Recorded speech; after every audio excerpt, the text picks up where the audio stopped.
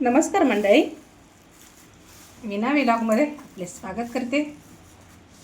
हे पातळ पोहे आहे, छान मी स्वच्छ केलेले आहे।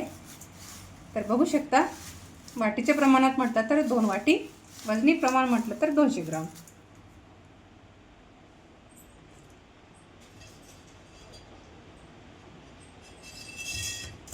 तर याच्यामध्ये आता आपल्याला थोडं तेल टाकून घ्यायचे आहे। कच्च्या पोह्यामध्येच तेल टाकायचं आणि छान आपल्याला मिक्स करून घ्यायचं। हाताच्या साहाय्याने अशा पद्धतीने छान मिक्स करायचं। नंतर याच्यामध्ये आपल्याला थोडा मसाला वगैरे टाकायचा आहे। प्रत्येकाची पद्धत करण्याची थोडी वेगळी आहे।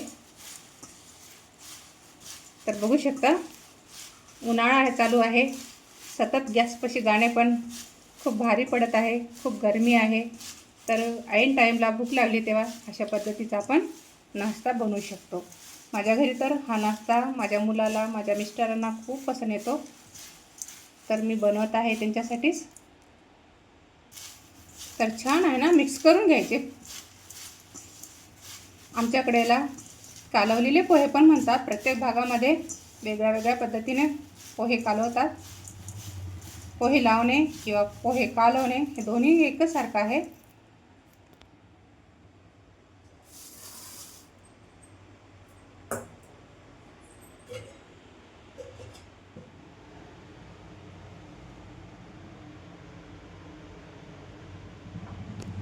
तर मी इथे एक टमाटर छान चिरून घेतला आहे, साखर आहे चवीनुसार, मीठ आहे, एक कांदा, कोथिंबीर, शेंगदाण्याचा कूट, बघू शकता, एक निंबू आणि कैरी। तुम्हाला याच्यात जर कोणता पदार्थ आवडला नसेल तुम्ही तर स्किप करू शकता। याच्यामध्ये मीठ टाकून घेते मी सर्वात अगोदर,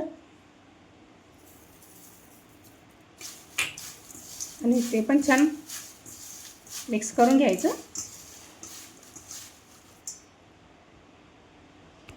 लाल तिखट टाकून घेते, थोडीशी साखर, शेंगदाण्याचा कूट आणि कांदा, लसूण, लसूण नाही, कांदा, कोथिंबीर, भरपूर सारी कोथिंबीर आणि एक टमाटर। छान आहे, तर आता मिक्स करून घेऊया।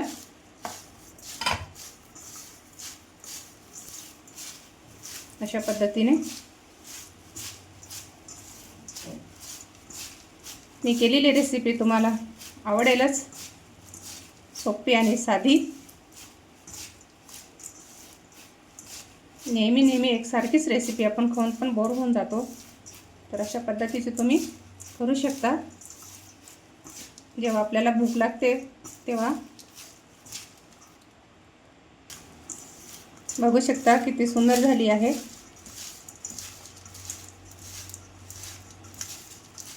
याच्यामध्ये थोडा आता आपल्याला निंबू पिळून घ्यायचा आहे।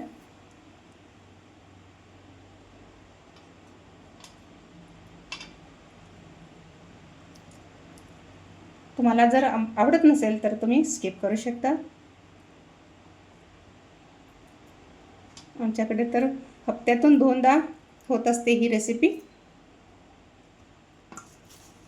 छान कालून घ्यायचं पुन्हा एकदा।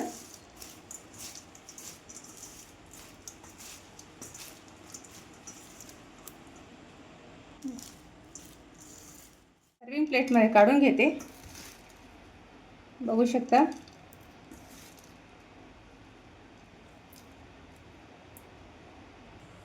तर आता आपल्याला बारीक शेव टाकून घ्यायचा आहे, बघू शकता। ही रेसिपी जर तुम्हाला आवडली तर लाईक, कमेंट्स आणि शेअर करायला विसरू नका। परत भेटूच आपण दुसऱ्या व्हिडिओमध्ये। तोपर्यंत मस्त खा आणि स्वस्थ राहा आणि घरगुती जेवण करत राहा। धन्यवाद मित्रांनो।